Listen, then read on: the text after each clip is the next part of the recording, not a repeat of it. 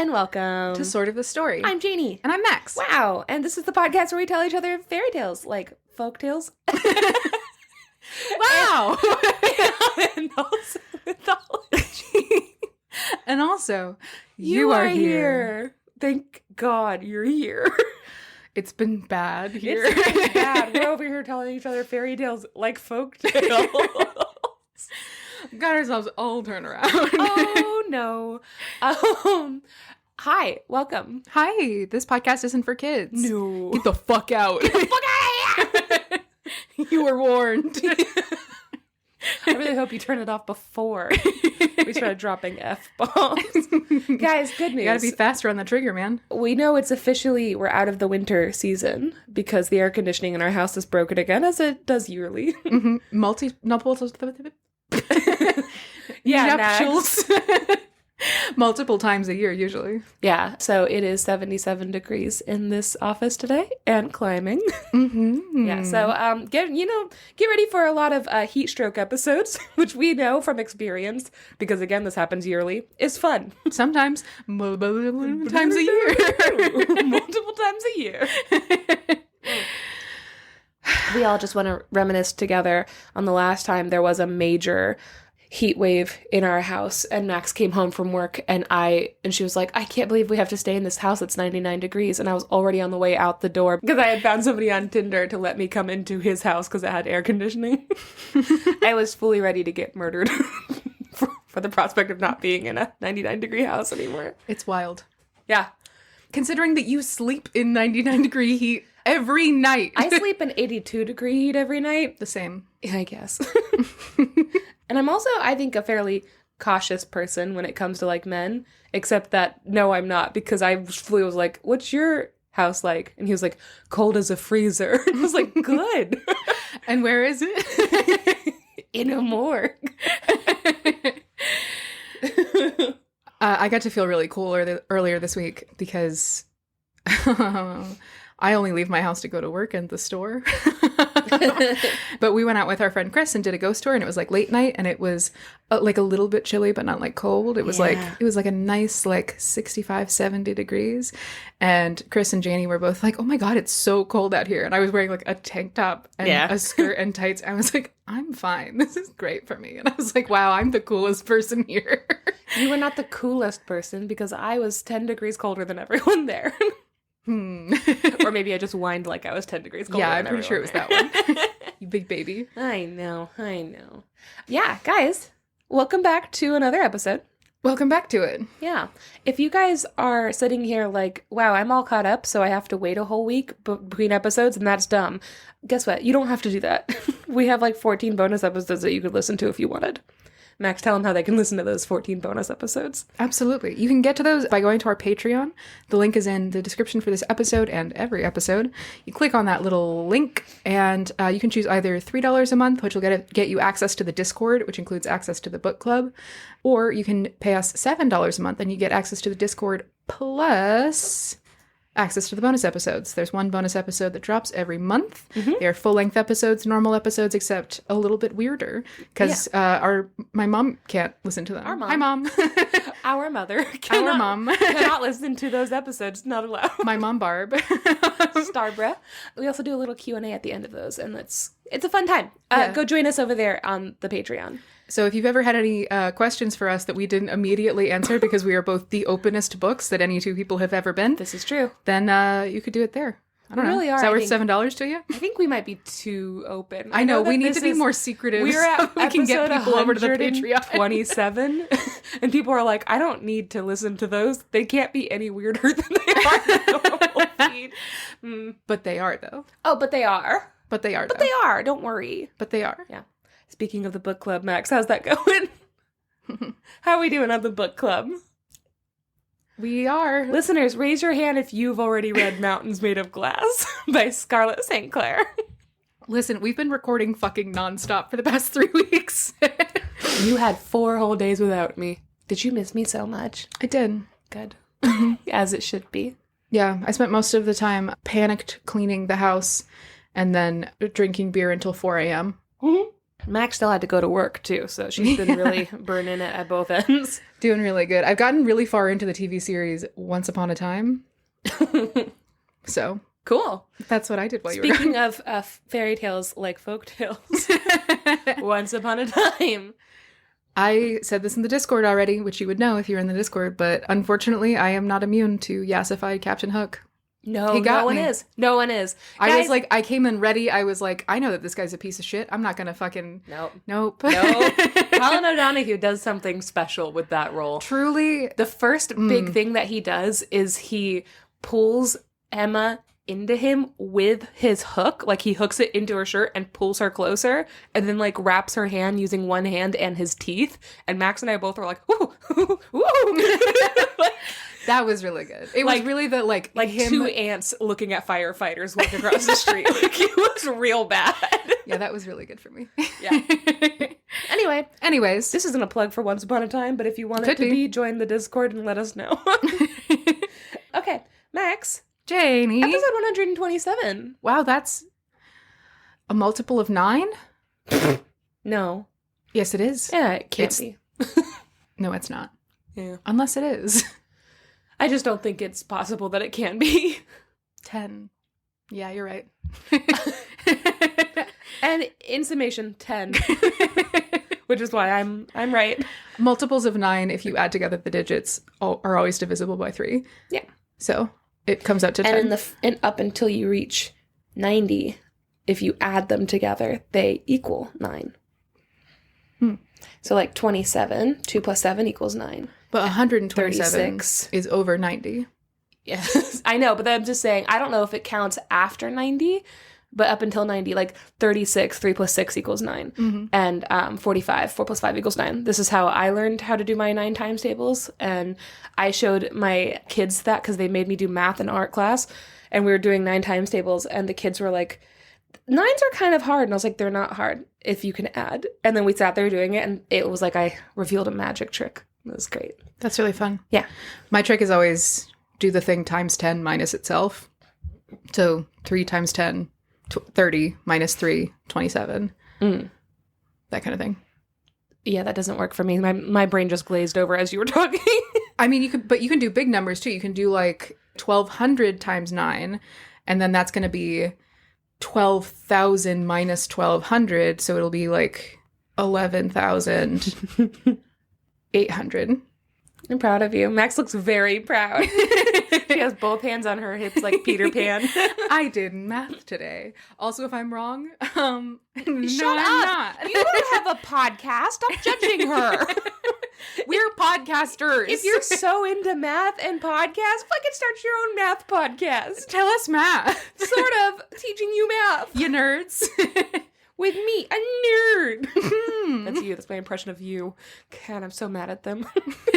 You know, Well, Janey, they don't even deserve a story, but I think we should give them one. I do think that we should give them one. I do have a silly one. This is from Max. This isn't for you. I thought they were all for me. No. Shit. A lot of times they're for me. Oh, okay. That's fine. But I do have one specifically that I think that you will have a great time with. Are you Nice. ready to I'm ready. hear it? Let's do it. Okay, let's do it, guys. I guess we'll be back. Stay here if you want. Okay, Max. Okay, Janey. Max, okay. Today I am bringing you a story from a book that looks like a old school Like a cookbook. butt? From a butt. Today I'm bringing you a story from a book that looks like an old school cookbook. It's called Italian Folktales. By Italo Calvino? Yes, collected and retold by Italo Calvino. We both have this book. I know, and it's fantastic. Honestly, I forget that it's fantastic because it doesn't have a flashy cover. It looks like an old school cookbook. Yes. But every story is funny. And what I learned today, not learned, but I was reflecting over how when I pick up an Italian folktale, I know kind of the vibe I'm going to get. Like, it's not going to scar me for life. It might be a little violent, but it's always going to be very silly. Yeah, it's usually 2 people fall in love, but they're enemies, and then one of them pretends to be a doctor, and then they end up together. Yeah. Or, like, there's going to be at some point, food will be part of this. Yes. You know? Like, there will be a food test. And it's going to be about lovers. Yeah. And so it's very fun and goofy, and I know that if I want to have a good time, I'm going to pick up the Italian folktales. The French folktales are dark. And usually they're only like half a page long and they're very sexist. Mm-hmm. But when you get to the longer ones, you'll get like into like some pretty dark, heavy, like sexy stuff sometimes. Yeah. Also, though, like the moral of all of them, like the punchline is always an anti-punchline. Yeah. Where like the moral of them is like, yeah, and even if you're really good, you can still be murdered. So Sacre bleu. Yeah, but like, voulez-vous que c'est avec moi? C'est soir. So like, and then the Japanese folktales are always gonna be like, well, at least to be fair, we specifically really only tell the Japanese ones that have monsters in them. But that's like a bunch. That's most of them. Yeah. Yeah. I really like something that I've been noticing recently is that the plot of a lot of Japanese stories is the same as the plot of a lot of like cowboy western movies. Yeah. Where it's like a stranger comes into town. There's a problem. He has to figure it out. And he's the only one who can. Mm-hmm. It turns out it was something you never would have expected. Yeah. He defeats it. And now he's the mayor. But like, so like each culture has its own very specific vibe, mm-hmm. which I was just kind of thinking, like ruminating on that as I was going through my silly book of Italian folktales. Mm-hmm. So I'm bringing you today a silly one from Italian folktales, retold by Italo Calvino. And it is Filo de Ora and Filomena. Gold file.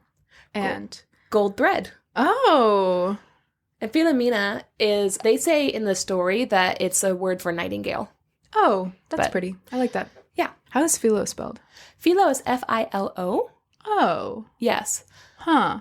And Filomena is Filomena, mm-hmm. which is why nightingale, I'm sure that it's the name of the bird, but obviously it's not a direct translation. Yeah. You know, because Filo de Oro, they say it means golden thread. That's also interesting that it's nightingale. Filomena is nightingale because Paloma is dove. Yeah. I wonder if it's related. Why would it be related? Because they sound similar. Filomena and Paloma? Yeah. They don't sound similar to me. Okay. They do to me. Filomena, Paloma. I guess they both have 3 syllables. No, they have different numbers of syllables.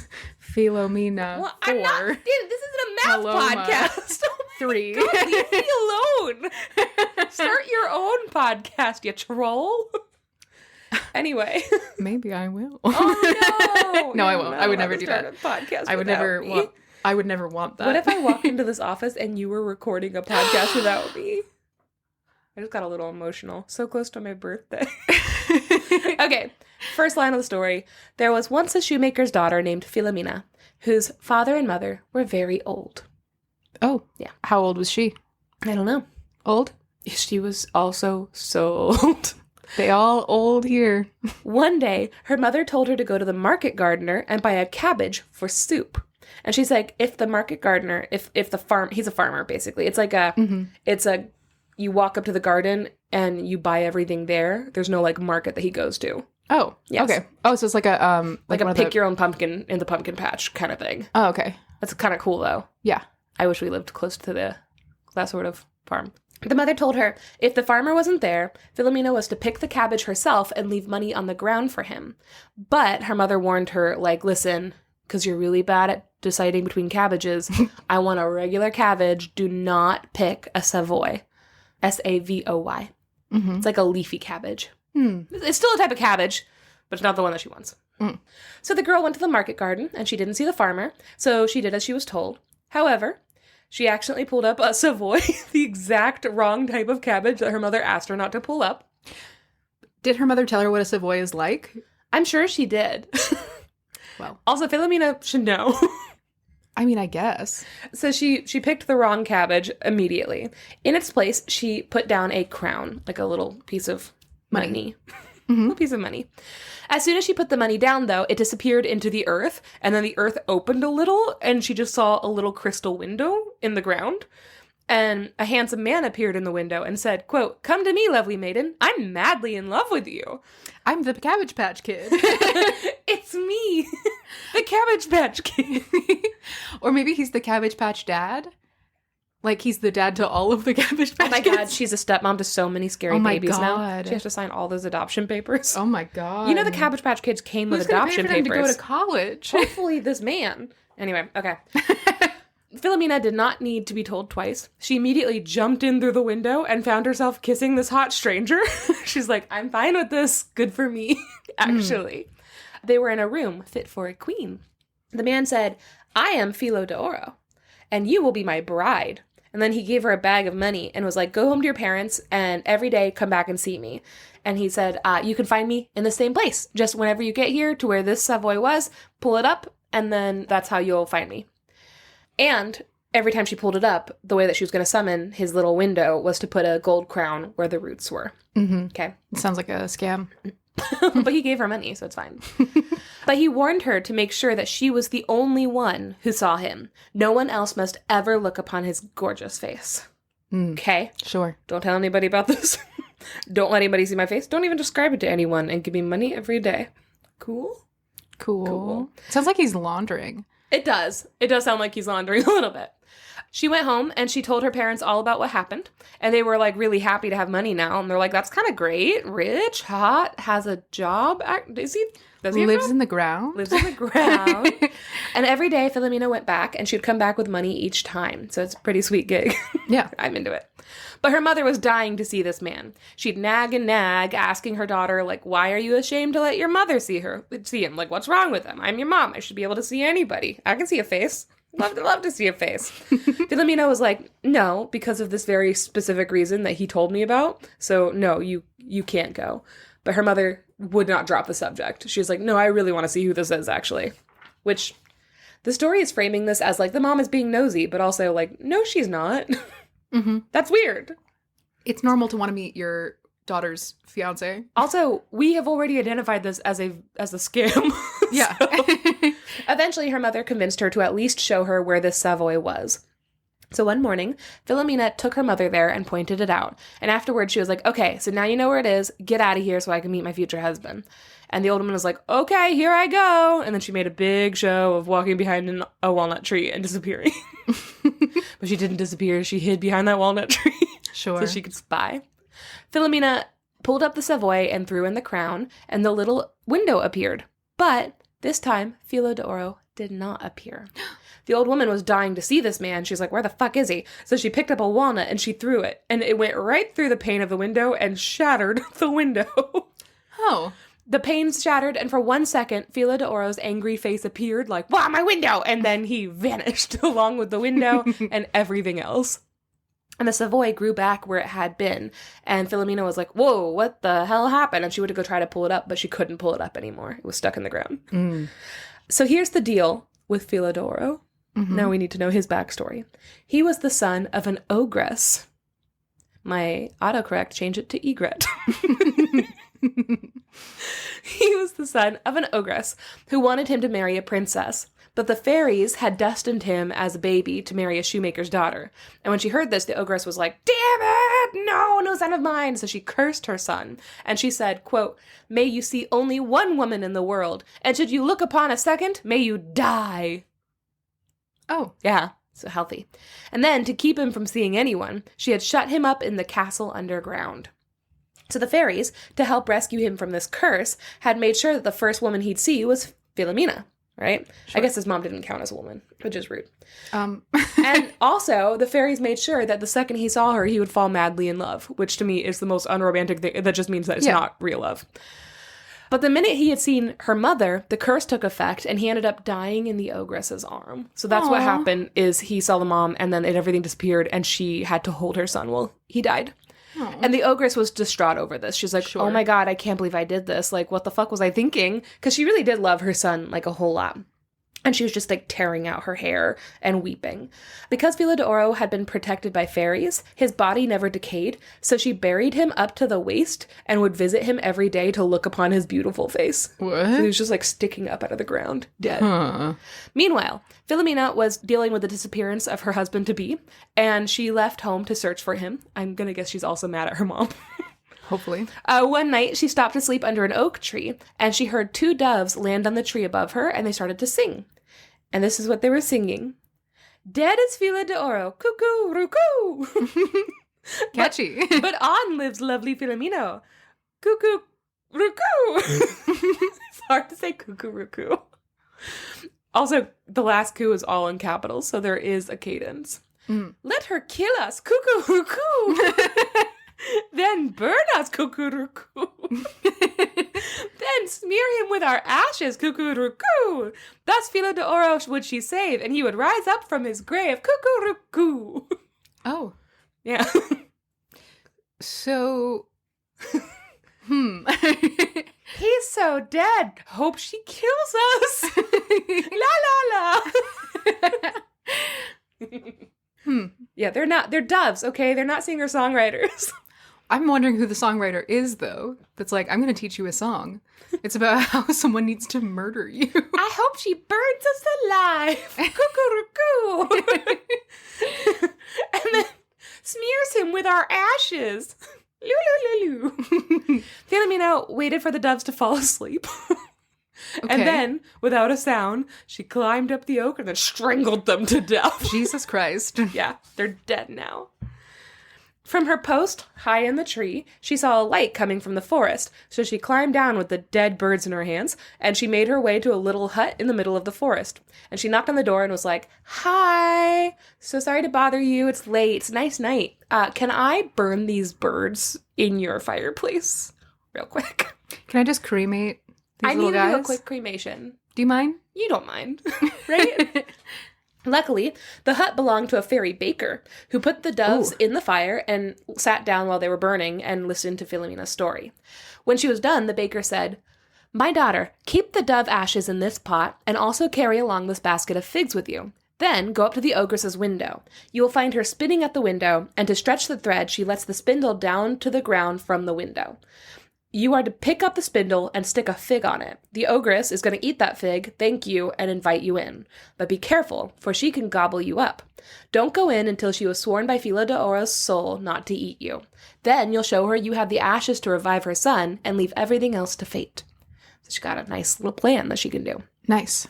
The maiden thanked the fairy baker and left to do as he said. When she put the fig on the end of the spindle, the ogress ate it and stuck her head out the window and said, "Let the good soul who stuck a fig on my spindle come inside so I can kiss you." And Filomena said, "No, you're going to eat me. I wasn't born yesterday." And the ogress is like, "I'm not going to eat you, I promise." And then she pulled up the spindle again and there's a second fig and she was like, "Oh my God, it's so good. I promise I'm not going to eat you. Come on up." And Filomena is like, "No, your promises mean nothing. You're a liar. You're going to eat me." And she's like, "What? No, I wouldn't." And then she gets like a third like fig and she's like, "I swear by Filo de Oro's soul that I won't eat you. Come on up." Does this feel like an entendre to you? Figs are sexual for sure. Putting a fig on a spindle feels like a weird, like... Yeah. Like a really weird, antiquated sex joke. That's very Italian. It is. It absolutely is. So at this, Filomena climbed the stairs leading up to the window. But when the ogress learned that the figs were from Filo de Oro's wife, they call her his wife sometimes, she took the pot away from her and used the ashes to revive her son herself. Then she shut him up underground again so he couldn't see Filomena, and made quick plans to have him married to that princess that she loved. So she learned not one thing. Okay. So hearing this, that she was like, cool, she sent word, she's like, wedding's back on and we're making it real soon. Hearing this, the fairies who had already decided his fate were like, really? What? I think not, actually. So they decided to fix the situation. Mm-hmm. How do you think they were like... They kill him again. They chop off his head. No, they fixed the situation. They poison her figs. No! They turn her thread into knives. Oh, wait. Stab her 1,000 times. They turn him into a goose. They turn him into a goose. That is actually kind of what I would expect. They fixed the situation by putting a curse on the princess. Mm-hmm. In 1 month, the earth shall yawn under her feet, and she shall fall into hell. Why put a delay on it? I don't know, but also that princess did nothing. She has no character in this. I mean, Filo de Oro didn't do anything either. Yeah, but the fairies aren't cursing him. They're mad at his mom, so they're going to murder a woman. Yeah. They're sending her... I'm just saying it's not just murder a woman. Bad. Not just murder a woman. They are sending her to hell. So her afterlife is going to suck. Meanwhile, she kept Filomena as a servant and tried to find excuses to eat her because she had already, she's like, I need an excuse. Otherwise, I made that oath for nothing. So one day, she told her to make 5 down mattresses for Filo de Oro, who was getting married. She had to fill them all with down in 24 hours, or the ogress would eat her. Haha. And then she left. But there was, no down around her. She had mattresses and no feathers, and she was, locked in a room, and she was like, well, what the fuck? Where am I supposed to get all the feathers? And so she kind of wrung her hands and wept. She wrung her hams. She wrung her hams. You're not allowed to judge how her grief process works. It's a lot of charcuterie-based mourning. That's the 3rd stage of grief, actually, is wringing your hams. So the 4th one is spicing your hams.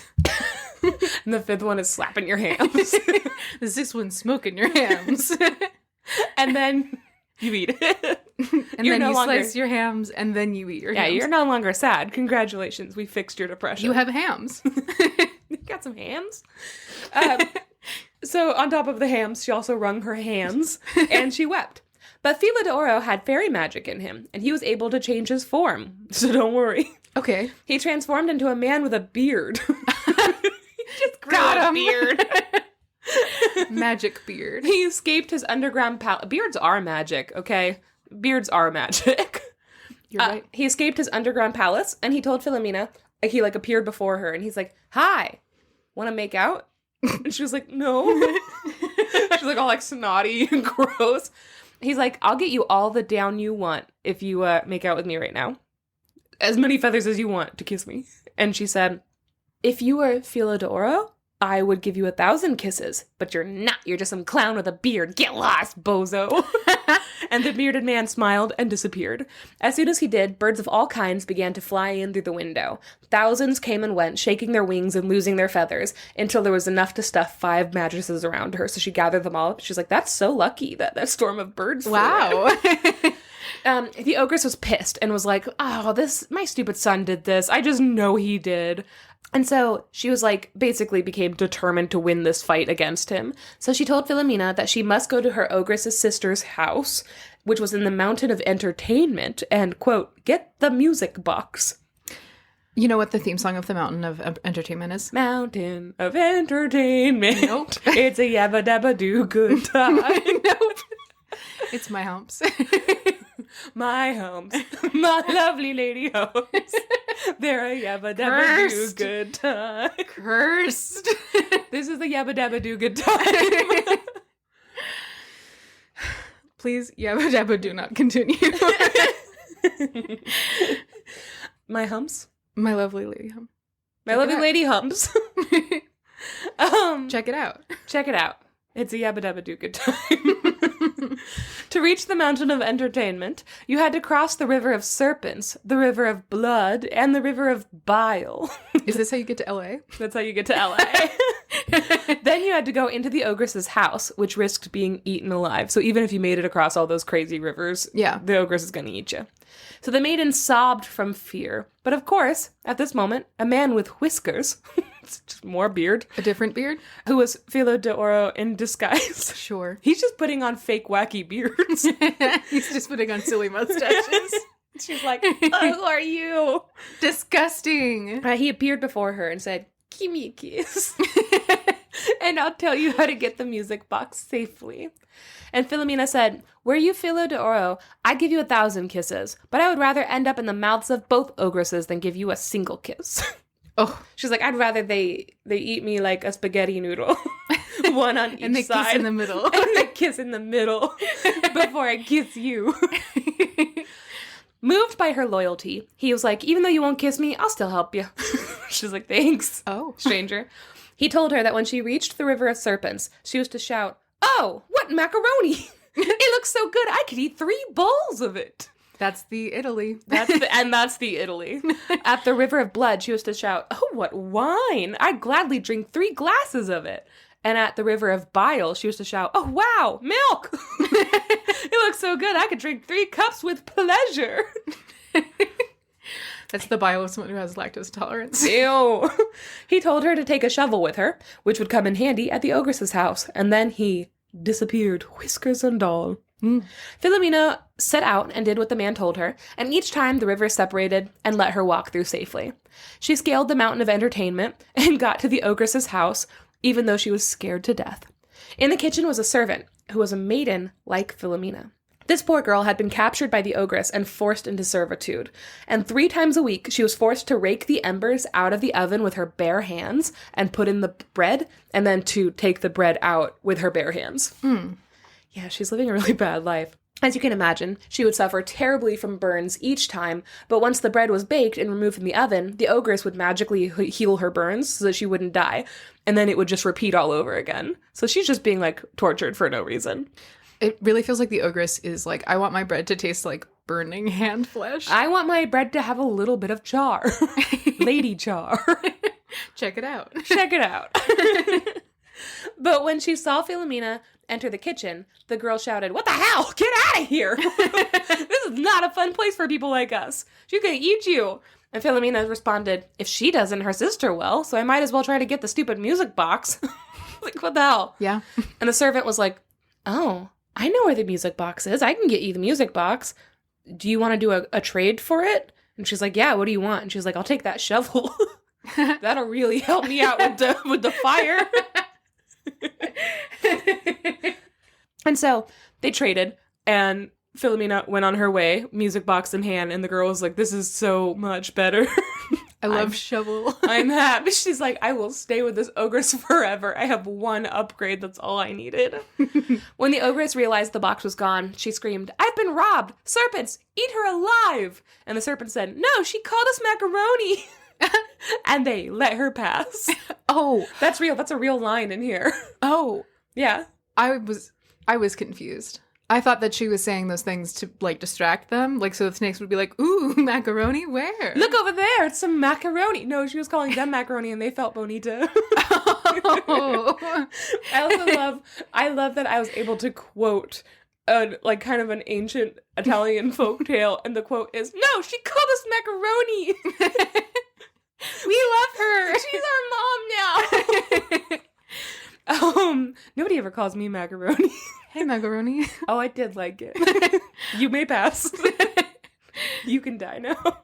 Thank you. The ogress screamed for the river of blood to drown her, but they said, "No, she called me wine," and let her through.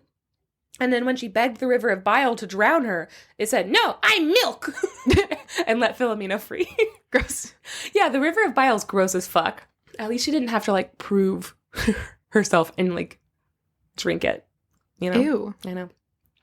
But once the rivers were behind her, Filomena's curiosity got the better of her. She had to know what was in the box. Classic lady.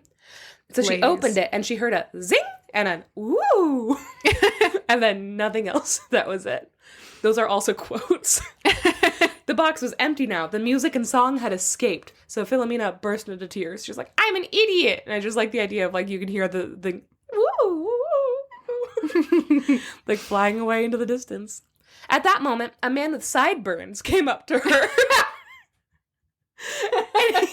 and he said, "Will you give me a kiss?" Big ol' mutton chops. And she's like, "Well, absolutely. I've had a bunch of men hitting on me, but they all had beards, and I'm not into that." I am into the chops. Yeah, you gotta have a little runway right here for kisses. Amongst other things. Coming in for a landing. He said, "Will you give me a kiss? I'll get the music and song back in the box for you." This is a dirty story. I'll put some music in your box. She said, "Get out of here. No kisses for anyone but Filo d'Oro." At which point the man said, "I am Filo d'Oro." And he ripped off his sideburns. And he was her handsome husband. She threw her arms around him and gave him 1,000 kisses, while music and song came back into the box and rang out through the countryside, which then it didn't come right back in. Mm. Filo d'Oro promised her that they would be married in 3 days, because he had a plan. So overjoyed, the maiden returned to the ogress with the music box. While she'd been away, the ogress had been convinced that her sister had eaten her, so she had started planning the wedding to the princess. So when Filomena walked into the door, she was fucking pissed. She's like, damn it. And she told her that during the wedding, she'd hold the candlestick. Take that. What? She's just a candlestick holder. Oh. Basically, she would have to sit there and watch Filo de Oro marry another woman. Ah. For his part, Filo de Oro seemed to be into the idea of the wedding, but he insisted it take place at midnight, kind of at the last minute, so all the guests were sitting there for like hours, like getting antsy. So he was just like, just to be difficult. But he eventually did come out, his bride on his arm, and everyone kind of turned and looked at them, and the music started to play. But suddenly, the church bells chimed. Dong, dong, dong, 12 strokes. That's a quote. Dong, dong, dong. Dong, dong, dong, 12 strokes. Got Quote. And then at this point, quote, the earth yawned beneath the princess and she disappeared into the flames. And Filo de Oro stepped over the chasm, took Filomena's hand, and said, "This is my bride." And heavenly music wafted from the music box. And they got married then and there. And the ogress stomped her feet and put her hands to her forehead. And she said, quote, "You who have charmed my son can have a baby without dying in childbirth only when I put my hands to my forehead like this." So, fucking die, bitch. Meanwhile, they hear this like, Again, why is she making it so complicated? Why not just be like, you die now. You're dead. I killed you. I thought pitchforks were a myth! Oh, God! The bees have teeth! Filomena was really upset about this. But Filo de Oro was like, don't worry about it, babe. You'll be fine. We'll just adopt. We'll adopt. That's all. And we'll never fuck. And she's like, I want out. What? Never mind, actually. Made you shave for nothing. A while later, Filomena became pregnant. When it was time to have the baby, Filo de Oro told her to go to his mother, dressed all in black, and tell her that he was fucking dead. So Filomena dressed on all black and went to the ogress. When she was asked why she was in mourning clothes, she was like, "Oh, I'm so sorry. Your son is dead. He fucking died. He's gone forever." Rip. Yep. And the ogress put her hands to her forehead and burst into tears and said, "My poor son!" At which point, Filomena had the baby right there. No risk. And this is the last lines of the story. Filo de Oro came in, and seeing him alive, the ogress forgave him and his wife and blessed the baby. So they lived in peace all the rest of their days. The end. That's really good. Yeah.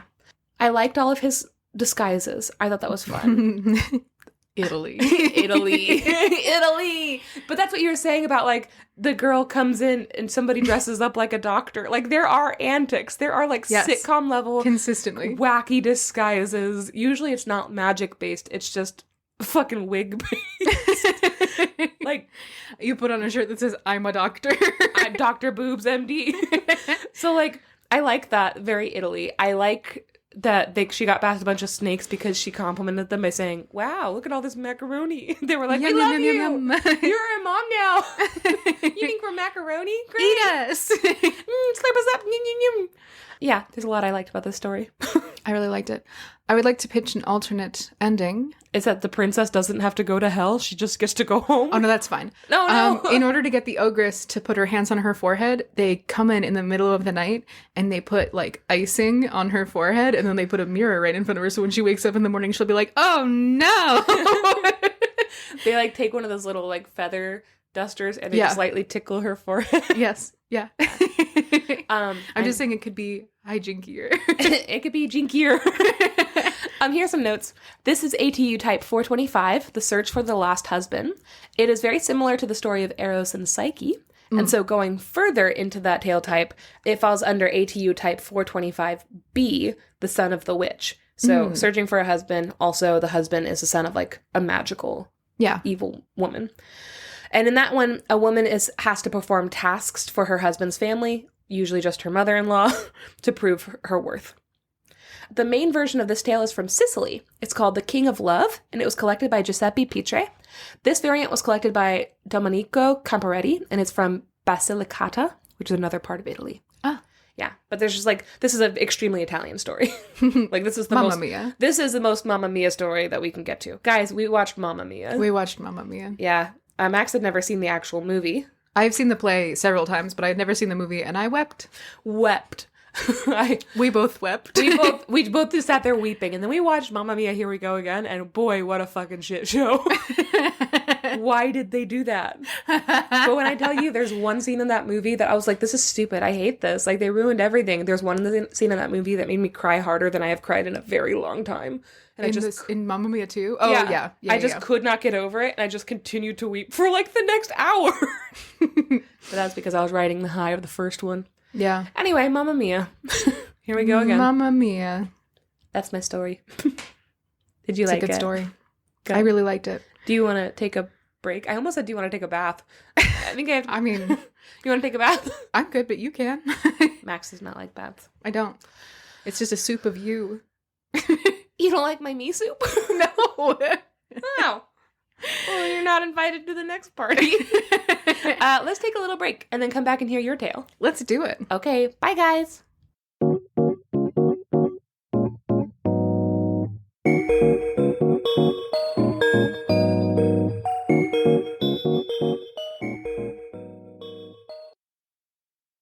Okay, Janey. Okay, Max. The story that I have for you today is from India, which you can tell because the book is called Tales of India. Folktales from Bengal, Punjab, and Tamil Nadu. It's illustrated by Svabu Kohli and Viplav Singh, and the illustrations are very cool. I won't let you look at this. I don't know why I opened it. I've already kind of seen a big part of it. You opened it and I saw something cool. You'll live. I'll pretend I didn't.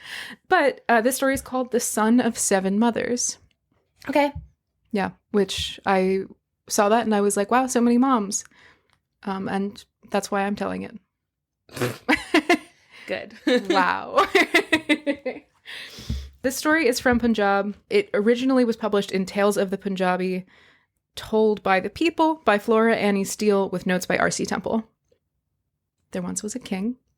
He had 7 wives. Okay. He had no children, though.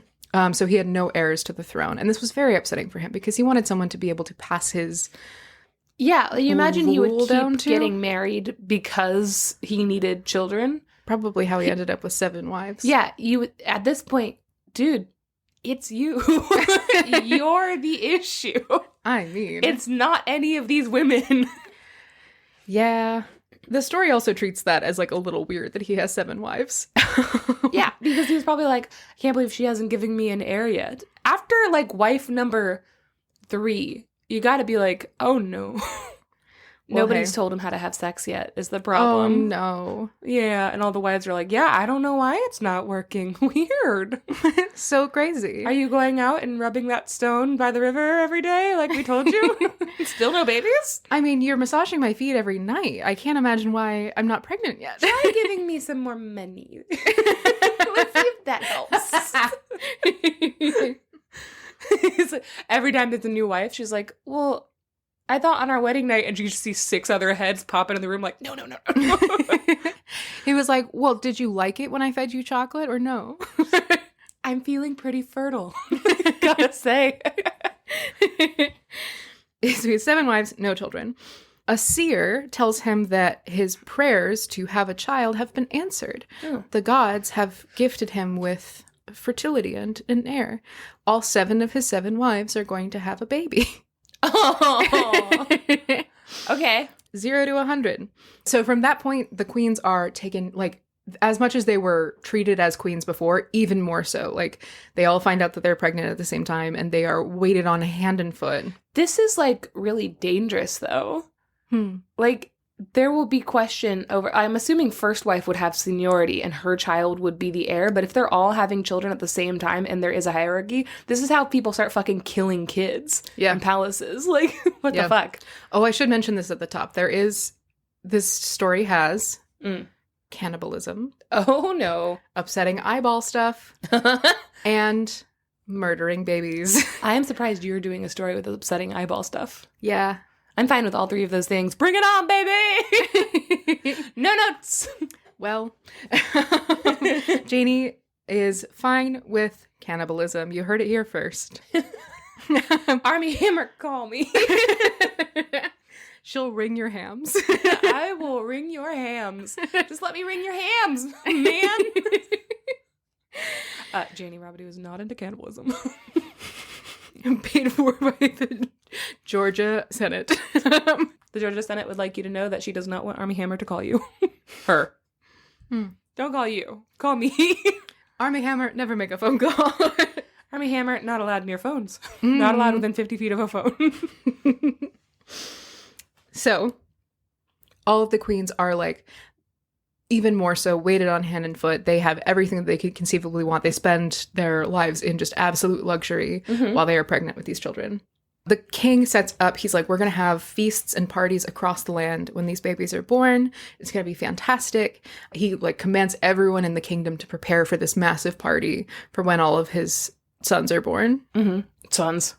Yes. Classic. The seer did say each of his 7 wives will have a son. Okay. I should have clarified that. All right. So he's like, we're going to have so many sons. It's going to be great. Everyone's going to have a party. But the king also has hobbies.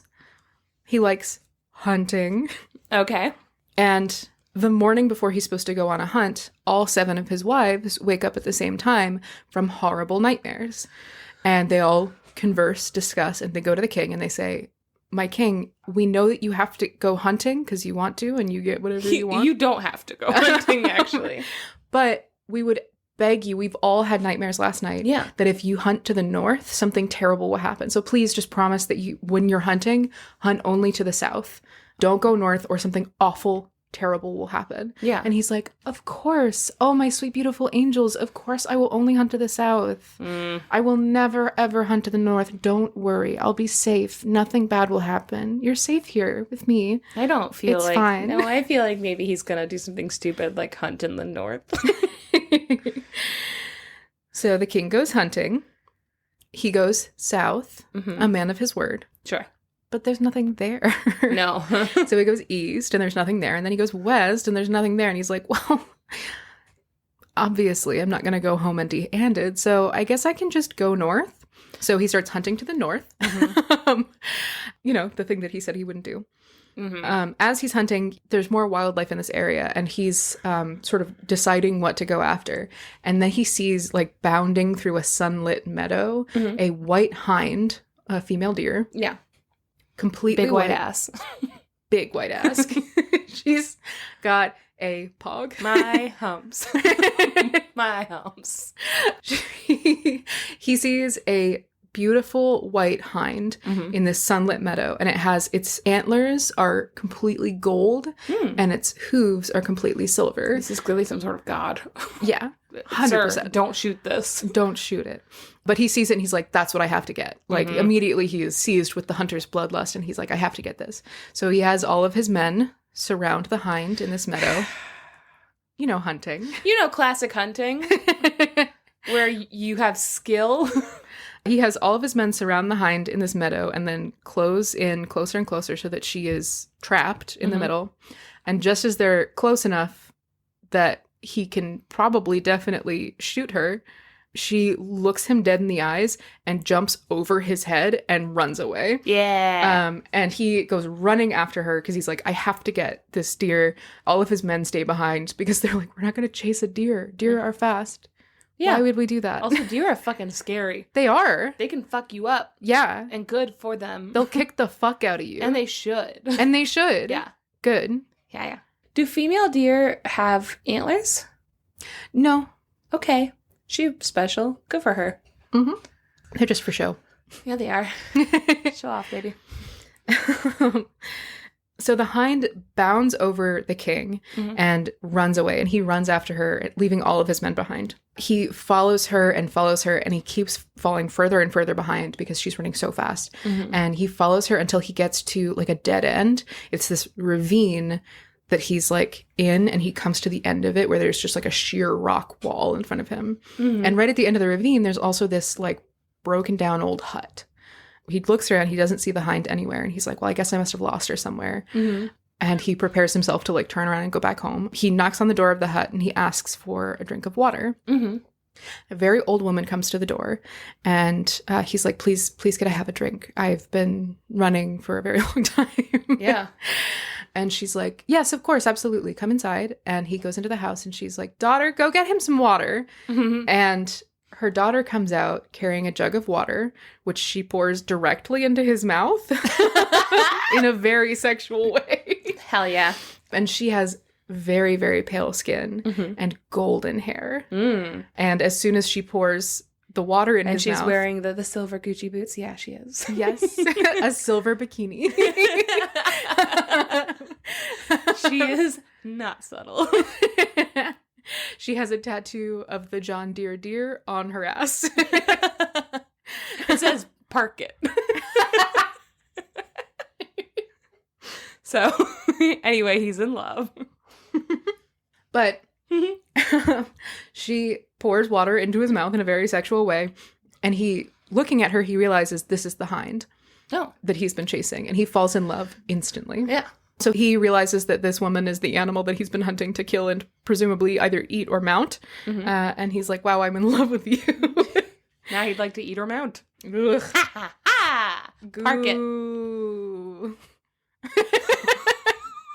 What? Goo! I just got fucking booed by like a ghoul. You didn't like my joke? No. Goo. I truly don't know what I was going for with that one. Guys, it's now 10:30 and we took a break to watch an episode of The Nanny, so we're in a weird mood, just so you know. It's weirder now. Goo. Goo. Okay. He knows that she's the hind. And immediately he falls to his knees and he begs her to marry him. Be my 8th wife. Yeah. He says, be my 8th wife. Yeah. And she laughs in his face. Yeah. And she says, I'm pretty sure 7 wives is all you can handle. What? You couldn't handle me. And he's like, no, please. I'm in love with you. You have to be my wife. I will do anything. I will give you anything in the world. And she's like, anything in the world. And he's like, yes, anything. Please. Please. And so she's like, all right, I want you to go back home. And I want you to go get your 7 wives and pluck out all of their eyes and bring them to me. Oh my God. They were like, really, husband, something bad will happen to us. Please don't go hunting in the north. Oh no. So the king goes back home and he orders all 7 of the queen's eyes to be put out. Oh. And then he has them all thrown into the dungeon. Why? They did nothing. They're all pregnant. Yeah, but what if his new wife is jealous? What if? He takes out all of their eyes and he brings all 14 eyes back to the hind. Ugh. And he brings them in like a sack and he's like, here you go. Now we can get married, right? Ziploc bag. And she's like, yeah, now we can get married. And she strings all of the eyeballs into a necklace and gives it to her old mother and says, wear that, little mother, as a keepsake whilst I am away in the king's palace. And her mother puts on a necklace of eyeballs. Yeah, those don't preserve, though. Like, what? They do in this case. Turn into so they're jelly. going to stay gushy. You know what would be grosser? What? Than this? What? Is if he put it in a piping bag and then she turned it into eye icing. Icing. Oh no, I accidentally... I may have gone too far. Icing.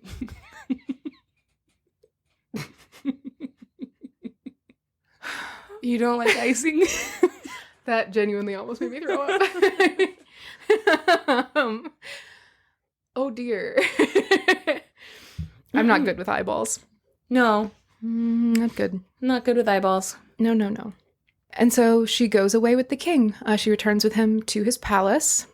And he gives her all 7 of his wives' things. So she has 7 wives' worth of clothes and jewelry and servants and food. And even as much as she is a witch, spoilers, not spoilers. Okay. She's a witch. Even as much as she is like a witch and witches can never be satisfied, she is as well off as a witch could conceivably ask to be. Yeah. Like she has literally everything she wants in the world. This man is completely bewitched by her. Ooh. So. Yeah. The queen. It's at the end. Got him. And that's the story of the necklace of eyeballs. All 7 of the queens, meanwhile, are in the dungeon, underground, left for dead. Oh, no. Not receiving food. Nobody's feeding them? No. This is so fucked up. Not at all. Everyone who knows that they are down there is determined to leave them there to starve. Why? Because have you seen how hot the king's new wife is? It's true. I'm imagining like Kate Blanchett. Imagining Pamela Anderson. I wouldn't let 7 women die for Pamela Anderson. I will let 7 women die eyeless for Kate Blanchett. Notice me, Mom! Yikes. Got some real, what's it called? Notice me, Electra mother. complex going on. Some what? Electra complex. Electra, like Hannibal Lecter? No. Well, then I don't know what you mean. The Electra complex is the female equivalent of the Oedipal complex. Oh, Electra. Mm-hmm. I thought you said the Lecter complex. I was like, well, I'm not going to eat. Lecter? I hardly know her. I'm not going to eat her. Kate Blanchett noticed me. For the rest of the story, I'm picturing Kate Blanchett. For those of you listening at home or wherever you are, Janey has on multiple occasions stated outright that she is straight except for Kate Blanchett. Kate Blanchett is my hall pass from heterosexuality. Is that a thing? Maybe. I would do whatever that woman told me to. I love her so much. Well, so all 7 of these brides, the queens, are thrown into the dungeon and left to die. After a couple of days, the first one of them goes into labor. Oh, no. It's going to be really upsetting for about 5 minutes from here on out. Okay. The first one of them goes into labor. Mm-hmm. She gives birth to a healthy baby boy. Mm-hmm. Oh, no. And all of the queens are so hungry. No!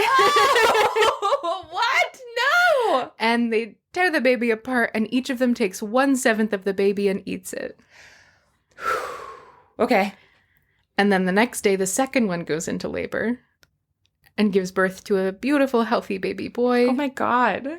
And they're still so hungry, and so they tear apart this baby and eat it. I feel like they can wait a day. No. They got a taste for it now. Yeah, they like it, actually. And this continues.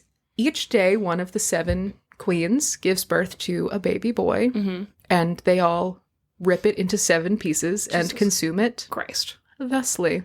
Ew. Babies are Yeah. all covered in goo. Yeah. I mean, it's not the only gross thing It's got about this, vitamins in it. but oh, God. It's just a little marinade. Blah, blah, blah, blah. So, over the course of 7 days, a week, Mm-hmm. all 7 of the queens give birth to a son. Mm-hmm. However, one of them, the youngest queen, from the very first day, she has been keeping a secret. Oh. Every day that she is given her 1/7 of a baby, Oh, God. she pretends to eat it, Uh-huh. and she tucks it away in a secret corner of the dungeon cave that they are all in. Okay. So for 7 days, while everyone else is eating, she is keeping 1/7 of a baby, of various babies, Yeah. in a little corner in the cave. Mm-hmm. On the 7th day, she's the youngest queen. They give birth in order of age. Mm-hmm. She's the last one to give birth. And immediately the other 6 queens, start trying to tear into her baby. And she snatches him back from them. Yeah. And she's like, hey, I have foregone my portion every day. I have 6 portions. You can each have 1/6 of a baby. You don't need my son. Yeah. And so she produces all of the baby pieces. Wow, good for her. And the other queens are furious that she's had the foresight to do this, while all of them have just eaten their sons. Yeah. But they are so hungry that they eat all of the bits. And her son is able to survive. Mm-hmm. He grows up, and initially the queens are mad at him, mad at his mom, because they didn't think of that. And, you know, they're like, wow, she's so conniving that she wouldn't eat a baby. Yeah, but she's also starving to death. Yeah. Oh, 100%. You can lick those cave walls, get some salt. Mm. Salty She cave craves walls. that mineral. I could live off salt for a while. You could. Yeah. Just slowly embalming yourself. Yum, yum, yum, yum. Listen, she is starving to death, but how does she still look so fresh? Yum, yum, yum. So, the youngest queen and her baby, she raises this boy, and he grows up very, very quickly in this How? cave. How? Magic, Janey. Okay. Obviously. Like, they don't... Okay. Okay, sorry, go ahead. I'm not going to ask any more questions. Obviously, it's magic. Kate Blanchett is a witch. Okay. Everyone's a witch in this. Don't worry. Good. So initially the queens like hate this little boy. They're like, it should have been my son and everything. Yeah. But from like he starts growing up very rapidly, and almost from the day that he is born, he starts digging a hole out of the tunnel. And they're like, okay, well this could come in handy actually. Actually, this might be fine. And it doesn't say so in the story, but I think the implication is the same idea of like, you know, in Dapplegrim, how he like nurses from all of the fillies in the herd and stuff like that, and he becomes the strongest horse in the world. That makes a lot of sense. I think it's a similar, it doesn't say like, and he breastfeeds on all of them, but like does for sure. Do you think this is weird?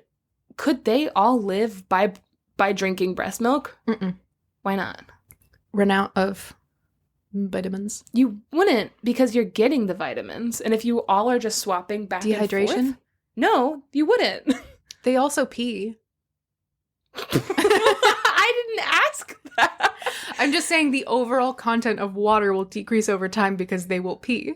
Yeah, but babies don't drink water. And they don't pee. Babies pee constantly. They're never not pee.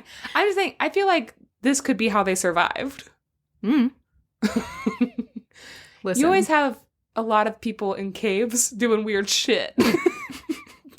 Is there a better place to do weird shit than in a cave? Yeah. I feel like I just cracked why they were all living. If you're a doctor, tell me if I can live off breast milk. Just Google it, Janey. I really can't. Spoilers for The Nanny. Oh, no. No, you know this. Oh, I was like, is there an episode where she breastfeeds? No, spoilers for The Nanny. Jamie Googled, when do The Nanny and Mr. Sheffield sleep together? And they were like, it's season 2, episode 8 or whatever it is. And so we were so excited getting out of this episode. We were like, finally, it's gonna happen. And the joke of the episode is that they literally sleep together. Like she gets really fucked up and wanders into his room and falls asleep in his bed. Yeah. And that's the joke of it. And I was like, JD, if you only had the balls to Google when do they fuck, this would not have happened. Guys, my Google is pristine. I think that like 90s, like the horror stories of like search histories and like parents finding stuff really got to me because I do not search anything weird on my devices. I go to the library for that shit. That's way weirder. I don't do that. I just never have any information I want. Okay, go ahead. I made a picture of Doc from Snow White. Yes, you did. With boobs. And I had to Google the word boobs several times. Max, what? That's weird. And it doesn't matter because I'm the only one who uses my phone. And also, so what? What if I just wanted to see some boobs? I'm an adult. I can do that. That's so weird. It's my life. Mm-hmm. Okay, go ahead. Gwen Stefani. I'm sorry. I think you mean Bon Jovi. No. It's my life. It's now or never. I ain't gonna live forever. Okay, Missouri. I can't remember the next line. I just want to live while I'm alive. I lied. It's my life. Out is on an open highway. Like Ricky said, I did it my way. It's definitely Frankie, not Ricky. Like Ricky said. Ricky Gervais. Like Ricky said, I did it my way. Anyways. Now I can't even remember what Gwen Stefani song you were talking about. It's all John It's Jovi. My life. Don't you forget. That's not a Gwen Stefani song. Yeah, it is. It's not. It's No Doubt. It's not. Which is Gwen Stefani. There's no tune to that. I don't recognize it. So no, it's not. We'll come back to this. You're not going to sing it. No, I'm not going to sing it. I need to know it. Sing it. No, I'm not going to. I sang a whole Bon Jovi song. No, you didn't. Sing for us. The problem is that part doesn't really have a tune and I can't think of the rest of the words. It's my life. It's now or never. I ain't gonna live forever, Bon Jovi. This is a hard story to get through. Mm-hmm, mm-hmm. I'm finding myself desperately trying not to get through the story. Mm-hmm, mm-hmm. Okay, so he's been breastfeeding. He's strong as a bull. He is so strong. He's digging a tunnel, Andy Dufresne style. Yeah, he is strong as bull. He starts digging this tunnel out of the cave. He starts digging a tunnel out of the dungeon, and very quickly he's able to break through the muddy walls and get out into the world. Nice. And he's the only one who goes out because the queens are blind Oh, from having no eyes. Oh, God. I forgot about that part. Yeah. He goes out into the world and he begs for food for his mothers and himself. And he is such a delightful boy. Everyone loves him. Like, he, again, is like growing at an unusual pace because of all the breast milk. Yeah. He's growing at an incredibly rapid pace. And he's just this like very, very sweet, charismatic, funny little kid who just walks up and is like, hey, do you have any food? And so everyone constantly gives him anything extra that they have. So he's able to bring home like sweetmeats and breads and vegetables and everything for his moms and prepare them and everything and split them exactly 8 ways between himself and his moms who are all in the cave. This sustains them for a long time. Yeah. To the point that he becomes a grown man. Mm-hmm. When he is grown, he takes a bow and arrow that he got somehow and goes hunting for food. He's tired of begging. He wants to go and hunt for food for his moms. He goes out hunting, and as he's heading towards the woods, he passes by the palace of the king and the White Queen, they call her, the Hind. Mm. And he sees right at the top of the palace, there's a whole flock of pigeons nesting. And he takes his bow and arrow and he shoots the fattest pigeon. And it falls down from the roof of the palace, past the hind's window and down to the ground. And he goes to collect it. But like seeing this shape flutter past the window, the hind, who is, again, a very well-kept queen at this point, she looks out to see who has... like what happened, and she sees the pigeon on the ground, and then she sees a strapping young man who she immediately identifies because of witchcraft as the king's son, holding a bow and arrow. And she is so furious that she almost dies on the spot. It says that in the story. She's so mad she almost fucking dies. But she instead hatches a plan, and she's like, I'm going to make sure that this boy is out of the way, so that if I have a child, my child would be the only heir to the throne. So she gets one of her servants and tells them to bring the boy who shot the pigeon to her. The servant goes, gets him, brings him in. And she says that she would like to buy the pigeon from him. And he says, well, you can't. This is for my moms. All 7 of my blind moms who live in a cave. They can't take care of themselves and they need to eat. Yeah. So no, you can't have this pigeon. But for money.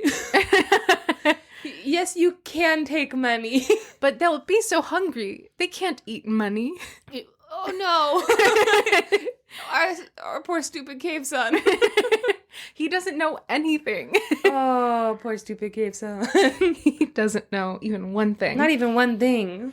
And so he's like, no, you can't have this pigeon. I have to bring it home to feed to my 7 blind moms. One pigeon? Yeah.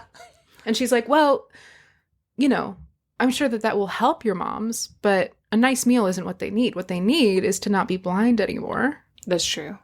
That is true. That would help a lot. And he's like, wow, that would be really good, but I don't have eyeballs. And she's like, well, I do. And if you sell me that pigeon, I will tell you where to get your mom's eyeballs so that they don't have to be blind anymore. Okay. He's like, well, that seems like a fair price. So he... No questions. Again, for this story, I feel like he does not know anything. I can excuse a lot for him in this story because he literally does not know anything. Because he was literally raised in a cave. Yeah, by 7 blind moms. And we don't know how old he actually is. Yes. Okay. So... And I would do anything for Kate Blanchett. So he gives her the pigeon, and she tells him where to find the eyeballs. She's like, go to the home of my mother and tell her that I, her daughter, the queen, need her to give you the necklace of eyeballs that I left her as a keepsake all those years ago. And she'll believe you because you'll bring this note with you. And she really quickly writes down a note, and she gives it to the boy, and she's like, take this, and she will believe you. She will give you the eyeballs, and then you'll be able to save your moms from being blind. Okay. The note says, kill the bearer at once. Oh, God. And sprinkle his blood like water. Just another fucking Bear Boy story. This is another Bear Boy story. Yeah. You have certain things that you like. You like caves and you like Bear Boy stories. He's not a bear boy. However, he is illiterate. Because he was raised by 7 moms who can't read because they're blind. Because they're blind. Aww. So... He obviously never learned to read, so he sees the note and he's like, I don't know what this is. All right. He sets off. He heads in the direction that she indicated towards the ravine and her old mother's house. Mm-hmm. On the way, though, he passes through a town where the king's daughter is causing a lot of trouble. Uh-oh. The king only has a daughter, and his daughter, although she is of age, refuses to marry. Mm-hmm. So the king doesn't have an heir. She says that she will only marry a man who is the son of 7 mothers. And everyone's like, well, that's impossible. And the son of 7 mothers is like, okay, but that doesn't seem like my problem. So I'm going to go. I am also not going to get married. So I guess we're at an impasse. I refuse to marry someone who does ultimatums. I don't want to marry anybody unless they also have 7 mothers. I want 14 mothers. He's a greedy mother lover. He loves moms. He loves moms. Mans needs moms. Mans loves moms. So he's like, nobody's ever done that, and I'm gonna get out of here. Unrelated goodbye. But as he tries to leave town, all of the guardsmen stop him because everyone who comes into town, every visitor to town, is supposed to be brought before the princess for her to vet them to see if they should be to see if her they husband. Look like they've had 7 moms breastfeed them. Mm-hmm. Yeah. So he is forcibly brought before the princess, and he's like, I've got to go. I've got to give my mom's eyeballs. And they're like, moms, you say? How many? Interesting. But he's brought before the princess, and she immediately picks him out of the crowd and is like, that's him. That's the man that's going to be my husband. Oh. And he sees her, and he falls in love immediately. Yeah. And the king is like, thank God, I won't die without an heir. My reign will continue through my daughter's husband. Mm-hmm. We have to get this done right away. And the young man is like, I'm really sorry, though. I was actually on the way to do something, so I've got to go do that, and then I'll come back, and I promise I'll come back and marry your daughter. Mm-hmm. And they're like, all right. And the princess says, what is it that you have to do? And he's like, well, it's kind of a wacky story. I have 7 moms, as you know, and they're all blind. And I shot a pigeon, and then the queen said that she would buy the pigeon for me for the price of information of telling me where I could find my mom's eyeball so they wouldn't be blind anymore. And she sent me this way with this note. And he shows the princess this note. And the princess is very well learned. She's had a tutor for her entire life. She speaks several languages. And she absolutely can read. Yeah. So she reads the note, which says, kill the bearer of this note, sprinkle his blood like water. She kills him immediately because she does as she's told. Oh, what a good girl. And she's like, oh, I'm going to give you a different note. Yeah. So she another bear boy story. It's a bear boy, baby. A b-boy. A b-boy BB. She replaces the note with a note that says, take care of this lad. Give him all he desires. Good. On an almost identical sheet of paper. And she gives it to Bear Boy. No, sorry. She gives it to the young man, and she's like, bring this instead. I don't know why. I was like, you said his name, and my brain was like, Big Stupid Kenneth. Big Stupid Kenneth. My brain just fills in the gaps. He doesn't have a name, and it is really difficult in the telling of the story. Big Stupid Kenneth. Big Stupid Kenneth. Give Big Stupid Kenneth anything he wants. He deserves it. Look how big stupid he is. He's big stupid. Classic Kenneth. Oh, take care of Big Stupid Kenneth.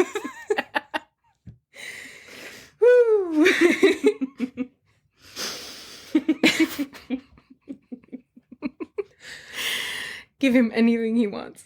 He's so big stupid. Kenneth is big stupid. He's big stupid. All right. Moving on. Yeah, yeah, okay. So what's Kenneth doing? Big stupid Kenneth takes the new note, and he continues on towards this ravine that he's been directed to. And he gets to the end of the ravine, and he sees this rundown old shack. And he goes up and he knocks on the door. And a very old, rude woman opens the door wearing a necklace made of eyeballs. And she's like, what do you want? And he's like, hi, your daughter sent me. She said that you have to give me that necklace made of eyeballs. And she's like, why the fuck would I do that? Oh, she's and rude. Yeah. She's big rude. Big rude. And he's like, she also told me to give you this note. And he gives her the note, and the note says, take care of him, give him anything he wants. He is so big stupid. And the old woman is like, oh, God damn it. Because she is terrified of her daughter. Oh, yeah. Her daughter is a truly like terrifying witch. So she has to do what she says, but she's still pissed off because she's like, this is my necklace. I love this made necklace. of eyeballs. And I love it. I got it for Mother's Day. Mother's is day. Got it from 7 Mother's Day. Mother's Week. Oh, every day's Mother's Day for 1 week. So she reluctantly takes off the necklace of eyeballs and gives it to the young man. And she's like, there's only 13. And he's like, that's fine. And she's like, because I got really hungry and I ate one of them. Ma'am. And he's like, that's fine. I'll figure it out. And she's like, okay, good. Bye. And he leaves. He returns to... You know when people wear the candy necklaces and they always just have it in their mouth at all time? That's what I imagine her doing with one of the eyeballs. Yeah, she just ate it. Okay. I like that image. You do? I do. That makes one of us. So he brings the necklace of eyeballs back to his mom's in the dungeon, and he gives them all their eyeballs back. But there's only 13. And the eyeball that's missing belongs to his young mom. So she only has one eyeball. And he's like, I'm really sorry. The other eyeball was gone, but I will be your eyes for the rest of your life. I will always be with you. And she's like, that's better than having an eyeball. Better than any eyeballs I could ever have or have had. This is my big stupid eyeball. That eyeball is big stupid. So he promises to be her eye for the rest of her life. Yeah. Because she only has one eye. Yeah. So now that he has fulfilled his quest, he goes to return to the princess and satisfy his word to marry her. And he like packs up all of his things in a little bindle that he throws over his shoulder. And he's like, bye, moms, I'm going to go get married. And they're like, bye, son, we're so proud of you. Also, this is what you look like. Wow. You're handsome. Good. God, your clothes don't match. We're blind, not you. It's like, did you get dressed in the dark? I did. I did, yeah. We live in a cave. And he sets off to marry his bride. But the path to his bride just happens to pass by the palace. And he's passing by the palace, and he sees all those fat pigeons again. And he just can't help himself. He takes his bow and arrow, and he shoots one of the pigeons, and it falls from the roof to the ground, passing by the hind's window. And once again, she sees a flutter of white feathers descend past her window. And she looks out, and she sees a dead pigeon. And then she looks and sees a young man who she specifically requested be murdered. And she is furious, as you would be. Almost dies from fury. Almost dies. So she sends her servant out to go fetch him. He comes in and she's like, hello, it's so good to see you again, you incredible pigeon hunter. Wow. Did you get the eyeballs for your moms? And he's like, yes, they're so happy. And now I'm off to go marry my betrothed. And she's like, well, that's really good. Well, you know, if you want, I would love to buy this pigeon from you. And he's like, well, you know, my moms can take care of themselves now because they have eyeballs and a tunnel. So I suppose I'd be willing to sell. What's your price? And she says, if you give me this pigeon, I will give you the yogi's white cow whose milk flows all day long and makes a pond as big as a kingdom. So the yogi is this, like, it's a semi-spiritual figure, basically. Yeah. Sounds like you would want to get rid of that cow anyway. He's causing, like, some serious ego disasters. He's flooding the earth with loose milk. Loose milk. Ew. But okay. What if you love milk? Oh, you can't drink that much milk before it just, like, spoils in the sun. Yeah, but what if you could? I don't think you can. Maybe he can. Well, he drinks so much milk. He does love milk. He loves milk. Okay. He's got strong bones. So she says that she can tell him how to get the yogi's white cow, who is so milky. Ew. Ew, Max. No, thank you. And he's like, all right, I suppose for a kingdom's worth of milk, I can give you this pigeon. And she's like, great, thank you so much. She tells him where to go. She says, go to my mother and ask her to show you to the yogi's white cow and give her this note so that she knows that, you know, she should help you. She writes another note that's like, seriously? Please fucking kill this kid. Thank you so much. Love you. Kisses. She gives it to him and he takes it and he is on his way back to the old woman's house and he passes by his girlfriend's castle. Yeah. And he's like, well, I'm gonna stop and say hi. He goes in and she's like, oh, you're finally here to marry me. And he's like, I was on my way to come here and get married to you, but then I got something. I think it'll be really good for us. This woman said that she could give me this white cow that produces so much milky milk. She's like, I don't want to marry you anymore. He's like, she gave me this note to give to her mom. So I'm going to go do that and then I'll come back and we'll get married and we'll have a milky cow. Ew. And she's like, all right, can I just really quickly though, like see that note? And he's like, yeah, absolutely. And he hands her the note and it's like, fucking kill him. And she's like, stab. Ooh, just really quickly though. Can I just rewrite this note really quickly? And she writes a new note and gives it to him. And he's like, all right, whatever you say, honey. And he continues on to the old woman's hut. He knocks on the door. She opens the door and she's like, what do you want? And he says, your daughter sent me back here to ask you for the yogi's white cow and all of its milky milk. And the old woman's like, why would she give you that? That is like one of the most valuable things that we have access to. Why should I give that to you? Yeah. And he's like, well, she also gave me this note. And the note says, give him whatever he wants. He is so sweet. What a good boy. We love him. We love him. She's like, all right, well, I can't say no to my daughter. So she tells the young man what to do. He's to go through a nearby field and continue walking until he reaches the end of a pond of milk. Okay, yeah, you'll know where you are because of all the milk on the ground. Uh-huh. Yeah. Loose milk. The loose milk. Follow the smell. And she says, but there is something you have to be careful of. Guarding the loose milk lake. Loose milk lake? There are 18,000 demons. 18 moms. 18 moms. You gotta fight them all. You gotta fight my 18 moms.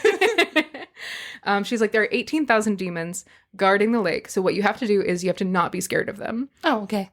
And he's like, cool, can do. Fantastic. I don't know what fear is. I was born in a cave. I mean. So he goes through the field. He walks and he walks until he gets to the edge of this like opalescent, milky pond. And he sees, in fact, 18,000 demons. Yeah. Guarding the milk puddle. Oh. Guarding one puddle. Guess there's no war right now. I guess not. No kind of hell war going on. He sees all of the demons guarding this pond, and he completely ignores them. He doesn't look at them. And he like puts his hands in his pockets and he starts whistling as he walks. And he just like walks into the pond.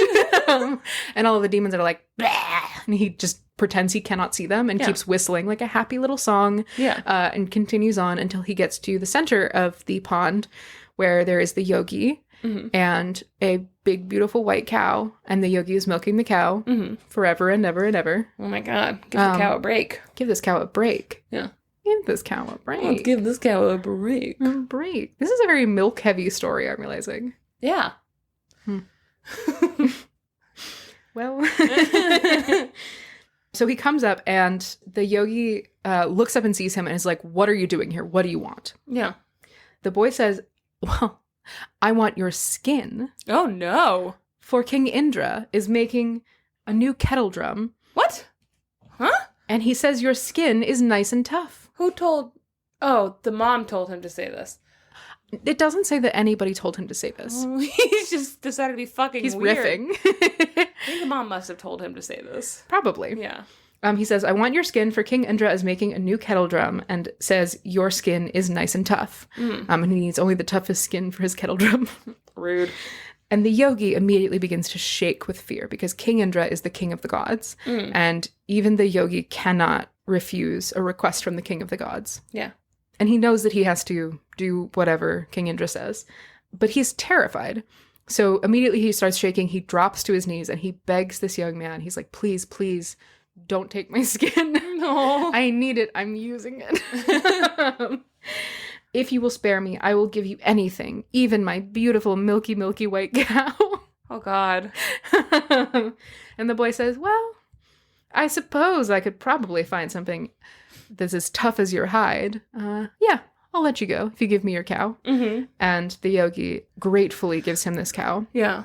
And the young man brings the cow home. And the yogi gets to keep his skin. And now he doesn't have to do that weird thing anymore. Yeah, but he's going to be so thirsty. He'll drink the demons. What? What? What? No, I don't know. You can drink your demons? I mean, I can. This changes everything. Drink away your demons. Glug, glug, glug. We both took drinks of wine as that happened. We're drinking our demons. Gotta drink your demons. So he brings the cow back to his mom's, and immediately they set up a thriving business. Yeah. They're business women. Yeah. They run the industry. Max's mommy's milkies. Not my mommy milkies. Who, moi? Mommy Milky Creamery. The mommy milkery. The mommy milkery. Everybody loves it. A very specific group loves it. A very specific group of people loves the mommy milkery. Come to the cave for the mommy's milkies. Come for the milk, stay for the mommies. Wow. Oof. Come for the milk, stay for the mommies. Come for the milk, stay for the mommies. I want, those like vintage vintage ads of like pin-up cowgirls. That's what I want. Come for the milk, stay for the mommies. Yeah. Yeah. That's what I want. You want that? I want that. Like a pin-up riding a cow. Yeah, she's wearing and chugging milk out of a like cow. the cowhide chaps, and she has like a little cowgirl hat on. And she's chugging milk out of a jug. Yeah. And she's just covered in milk. Also, she's covered in milk. Come for the milk, stay for the mommies. You guys, are you too turned on with this episode? Should we fucking pull it back? So far, we've said a lot of sexy things. I don't like it. I feel like I can hear them going, no. No, you haven't. I thought you were saying, I feel like they're going, no, don't stop. Gross. More. I'm not trying to yuck anyone's yum, but I don't want to be a part of it. Okay, well then it's just me and you guys. Ooh. He brings the cow back to his mom's, and immediately they get to work building business enterprise. Good. They milk the cow. They make curds and whey. They sell milk to the confectioners in the town. They're able to get enough milk for them to live on, and also enough that they can produce and sell. So now they're making a profit. Yeah. Pretty good. Yeah. And very quickly establish themselves as the leaders in the milk industry. The mommy milkers, if you will. You know what? Good for them. The mommy milkers have a monopoly on the milk industry. You guys want to play mommy milk monopoly? Mom milkopoly. Mama Glee. No. We have to cut this whole episode. I think we might have to try again. No episode next week, guys. Sorry. And they very quickly become very wealthy off of their milk trade. Yeah. And now that his moms are financially stable, they have a small business that they're running themselves. I love this. Yeah. Their son is like, well, I promised that I was going to go and marry that princess, so I should probably go do that. Now that you guys have, a livelihood for yourselves. A mommy milk monopoly. Yeah, a mommy milker monopoly.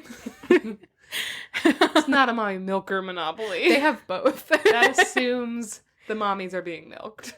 Don't look at me like that. So he goes to go marry his wife, but he has to pass by the palace again, and those sexy, sexy pigeons. God damn He's it. just gotta shoot one of them. I feel like he has a crush on his stepmom. I feel like that's what's happening. This whole story's real fucked. But he shoots one of the pigeons from the palace, and the hind sees it and is like, God damn it, this kid is still alive. She calls him in and says, I would love to buy this pigeon from you. And he's like, name your price. And she says that she will give him the millionfold rice which ripens in one night.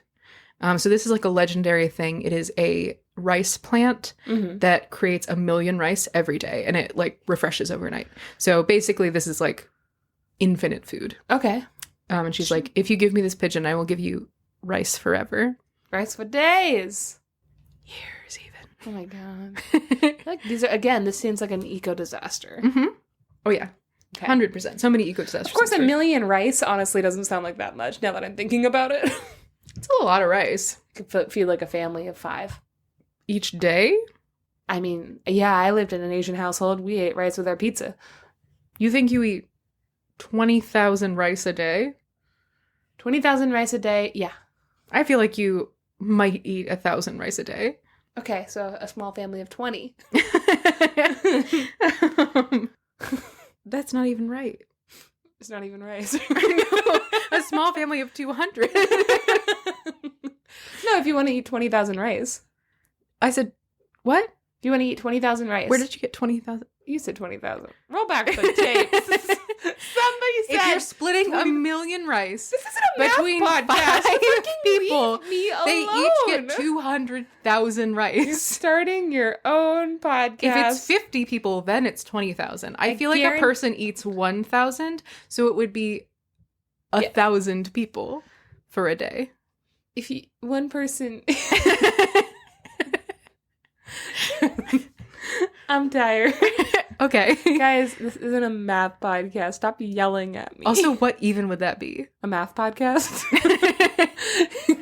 You know who could do it? The girl from 8 out of 10 Cats. That fucking awesome mathematician lady. Oh, yeah. Oh my God, I she's would so listen cool. to her math podcast. I feel like it would Yeah. be genuinely very fun. Yeah. She just give you math puzzles Mm-hmm. and then tell you how to solve them. Mm. Because has anybody started a math podcast? It's not going to be us. I mean, it might be you. Not for me. Fucking, I want the mommy milkers back. I hate this conversation. I had a nickel. Bring me back the mommy milkies. So she offers him the millionfold rice, and he gratefully accepts. He gives her this rancid old pigeon that he has shot. She tells him to go to her mother and ask for the millionfold rice. And to Okay, bring... stop trusting your mom. She says to bring a note, and this time she writes, "Kill him and do not fail this time." She needs to stop. Learn from your... Fool me twice. Shame on you. Fool me 3 times. I'm a bad hind. He takes the note and he treks towards the old woman's cottage, passing his girlfriend along the way. His girlfriend is like, "Hey, do you have any notes that I can read and perhaps correct?" She reads the note and she replaces it with one that says, "Yet again, give this lad all he requires, for his blood shall be as your blood." Oh. So he takes this note to the old woman. He gives it to her and he's like, "I want the millionfold rice." And she is like, that is the most valuable thing that we have access to. But she's so terrified of her daughter that she can't say no. Mm-hmm. So she tells him to go out into the fields and to pluck the plant of rice that is in the very center of the field that is taller than all the others. And then she tells him to come back and not look back. Okay. He just has to not interact with anything else. He plucks that one rice plant and then he comes right back to her without looking either way. Like an Orpheus story. It's, very much an Orpheus story. And also, just as a little postscript, the rice is guarded by 18 million demons, which he also can't be scared of. Do not be scared of those 18 million demons. You gotta stop being so scared of all 18 million of my favorite demons. My favorite demons. My favorite demons.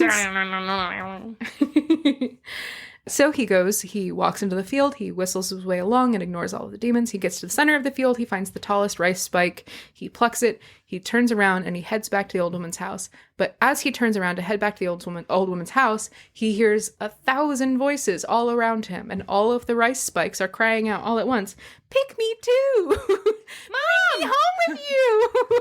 You took our mom! That's our mom! Keep us back our mom! All of the rice says, "Pick me too." And he's very surprised by this because rice usually doesn't talk. I don't know if you know that. Yeah. And he's like, "What the fuck?" And he turns around to look. Oh, God damn and it. immediately turns to ash. What? Yeah. Uh-oh. Turns to ash. Okay. Dies. Disintegrated. Oh, God. The end. Nuh-uh. Nuh-uh. Nah. He doesn't return for a very long time, and the old woman starts to get worried because the note said that his blood was as her blood. Uh-oh. And so she's like, if he's hurt, that means I'll get hurt. Yeah. So she's like, fuck, I've got to go save this goddamn kid. Yeah. She walks out into the field, and she comes through until she comes across a very small pile of ash. And she's like, stupid, stupid boy. Big, stupid Ash. He's so big, stupid. And she takes a little bit of water, she pours it into the ash to make like a paste, and then she molds the paste into the shape of like a man, like a little like mud doll of a man. Yeah. And then she pricks her finger and drips a single drop of her blood onto the doll, and immediately the young man is revived. Yeah. He comes back to life. Classic. And he's part blood now. But it's part her blood. Now she's his mom. She's his eighth mom now. He has so many moms. Oh my god. He technically, I think, has 9 moms. He's got a stepmom. Save some moms for the rest of us. Save some moms for the rest of us. He's big selfish. Big selfish. So she brings him back to life, and she says, don't you disobey orders again, or the next time I'll leave you alone. Now be off before I repent my kindness. And he's like, all right. And he takes the the rice spike, and he treks off back home. He brings it to his mom's, and they are able to use the single spike of ever producing rice to double their industry. Now they are the rice producers for all the land. I feel like now they're getting into the eat the rich territory. Yeah. Oh, real close. I know. They become the richest people in all the kingdom. And he's like, well, surely my moms can want for nothing now. They are wealthier than God. So he goes back to the princess's castle, and he finally marries her. Mm-hmm.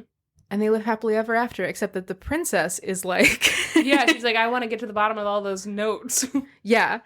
She figures out what's going on. She like talks to his moms and figures out that like they all had their eyes put out and were thrown in a dungeon by his dad. And she's like, your dad should know that he sucks. Yeah. And so she hatches a plan. She has her husband use all of his massive wealth from the milk and rice industry to build a castle that is identical in every aspect to the king's castle. Like every single thing in there is identical. And then she has him invite the king for a feast. Yeah. The king has heard a lot about this young man who has 7 moms and is a baron in the milk and rice industry. He doesn't put together the connection at all. Weird. He's like, it's weird that there's 7 moms for this kid. Yeah. Seems like a group of 7 women having children is a really good thing, maybe. Maybe this happens all the time, actually. So he accepts the invitation, and he shows up to the palace, and he walks in the front door, and he's very confused because he's just walked into his house. That would be confusing. Yeah. That's a hilarious prank. It's a hilarious prank. Yeah. And he walks through his house until he gets to his throne room. But his throne room is replaced by the queen's throne room. Oh. And all 7 of them are lined up against the wall wearing the clothes that they were wearing when he had them thrown in the dungeon. Fuck yeah. And the princess is standing in front of all of them. And she walks up to him. This princess is badass. I love this. Oh, I absolutely love her. She walks up to him and tells him everything. She's like, this would fucking happen. Yeah. You threw your wives in a dungeon. They were blind for years. Your son grew up in the dark. They ate all of the other babies. Yes. 6 of your sons were eaten. And as she tells him all of the atrocities committed by his wife and him, the Hind, and also himself. Mainly him, to be honest. Mainly him. Yeah. But she's like, the Hind has caused all of these things. The bewitchment that she has placed on him is broken. And he realizes that he needs to get rid of her, and he orders the White Queen, the Hind, to death. And then he has her buried, and then he has her grave plowed over. Yeah. With rice. Probably. With never-ending rice. She's under a river of milk. And then he reunites with all 7 of his wives, and they all live happily ever after. The end. No, he doesn't get any more wives. No more wives. No more wives for him. That can't be how that ends. He needs to go back alone to his other castle. Fucking die alone, bitch. It specifically says all 7 of his wives come back to his castle and live with him happily for the rest of his days. Oh, no. Yeah, a huge bummer. No. That's the worst ending of any story we've ever told.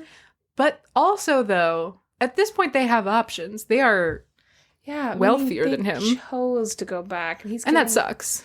He's probably getting the wealth since he's the king. Nah. Ugh, that was a wild story. That was a fucking weird one. Mm-hmm. Whew. Remember the part with cannibalism? Guys, remember the cannibalism?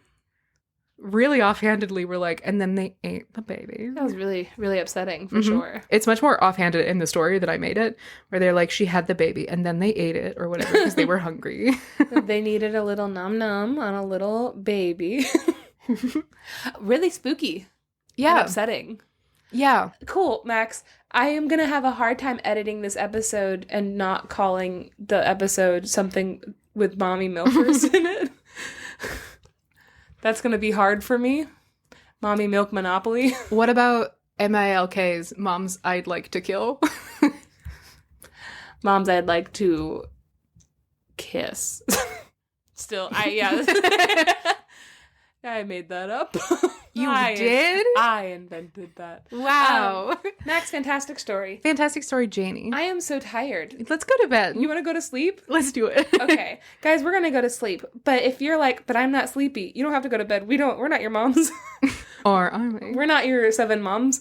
What you can do is ask your 7 moms for permission to join our Patreon so that you can get some extra episodes. More like Matreon, am I right? Your Matreon. That's what they call it on the podcast, the Bechdel Cast. Oh. Because it's a feminist movie review podcast, and so they call it the Matreon. That's cute. That is cute. But we don't call it that. We call it the Mommy Milkathon. And if you want to join, you can do so for only $7. The links are down in the bio, and you can listen to the bonus episodes, and you can join our Discord, and you can join the book club, and you can just have discussions about whether or not you think it's appropriate to call them the Mommy Milk Club. And you can also join us on... Oh, show me the picture. Oh. So I was going to say, join us on Instagram to look at the pictures, but I just realized I haven't even seen the picture yet, and I'm excited. Ooh, it's a scary, sexy lady, and she's looking up evilly as a man's hand thrusts a necklace of eyeballs at her. Mm-hmm. Her makeup is so good. Yeah, she's got some really snatched eyeliner. And her lipstick, too. Perfect color. Yeah, and she has, like, a little flower, like, gold flower nose ring, and there's just, like, a lot of cool, like, ornamental jewelry, and the little necklace of eyes is cool. Mm-hmm. Yeah. Big fan. Big fan. Really good illustration style. This is another one of those collections of folktales that they got, like, one illustrator, or, like, in this case, 2 illustrators to do, so it's very uniform, and it's very satisfying to flip through. Yeah. Yeah. Yes, it really is. It's gorgeous. Yeah, so I'll put pictures of that on our Instagram, and join our TikTok, and all of our socials are in the bio, and we just really appreciate you. Genuinely really appreciate you. Leave a 5-star review if you don't mind. I would like to get to 100 reviews soon, and we're like 81, so we're on our way there. Mm-hmm. But we also really appreciate any emails that you guys send. We just had a really, really nice email sent by our new friend Lottie, who also sent pictures of her cat, and I sent a terrible picture of Leaf back. It wasn't a good trade-off because Leaf is terrible, but... You should send that picture of Leaf being so long that I sent you. There's a lot of pictures of Leaf doing weird shit. He's just a shape. He is just shapes, truly. What a macaroni. So, he is macaroni. He is macaroni. Maybe that'll make him love me. So... Yeah, just join our Discord. Hang out with us. Just do it. Just God do damn it. I'm so tired. And then we all go to bed. We're going to go to bed now. Okay, guys? We hope you have a good night. See you later, mommies. See you later, mommy milkers. Bye! Sacha Baron Cohen and Isla Fisher are divorcing. Oh, no. And I said Conan? Yes. Okay. Well, Sacha Baron Cohen. It's a hard name. Sacha Baron Cohen O'Brien. Sacha Baron Cohen O'Brien. Person I'd like to pitch. Also, Sacha Baron Cohen the Barbarian is a person I'd like to pitch. I'm Team Goku.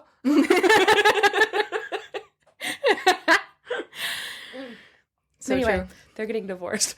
And I don't know anything. I didn't know that they were together, but... Well, they're very private. But it makes a lot of sense that they were together for a long time as both very, like, funny, goofy people. Mm-hmm. But they also do not... They made a big deal for the last, like, 20 years of them being married. Of, like, there's no like crossover. They don't do a bunch of stuff together because they want their relationship and their kids' lives to be extremely private, which I love. Yeah. But they're getting a divorce, and we know this because they posted an Instagram story of both of them dressed like tennis players, and they're like, after 20 years of this tennis match we call life, we're getting a divorce. Sorry. And that made me laugh harder than it should have, but I think that's such a funny way to announce your divorce. We've been playing this game for 20 years and still no love. It's really good. They're like, anyway, I served him with divorce papers. I think that's so, and all of the articles is now my Instagram saw that I liked one thing, and it was like, oh, so you want all the news, but all the news is like, what a bizarre way to tell us. Also, they're so private, they probably didn't need to make a statement. Probably. I love that they did. I'm a big fan. If you and I ever divorce, we should do something weird like that. Yeah, we really should. What would you have us do if we divorced? I would have us schedule a like vow renewal and have everyone come, and then we get up to the top of the aisle, and then we're like, psych, we're getting a divorce. You're all idiots. Enjoy the reception. Enjoy the reception. It's a cash bar. Psych, we're not assholes. And then everyone has a nice time. Everybody has a great time. Yeah. That's really good. I think I would have us, I don't know. I'm trying to think of puns and I'm very sleepy. So what I'm thinking is we dress like cops and we go back to get back in our like sexy cop, they're sexy cop outfits, of course. We go back to back and we're like, we are serving. No, wait, hold on. Just the tennis joke. Hold on. We've decided to be just buddy cops. Oh, that's really good. You're like, we are putting ourselves under arrest. We are ending our life sentence. Oh, so we're just like prisoners. Sorry, we're not dressed like cops. We're dressed like two prisoners who just broke out of jail. Oh my God, and we're both wearing the same ball but separate chains.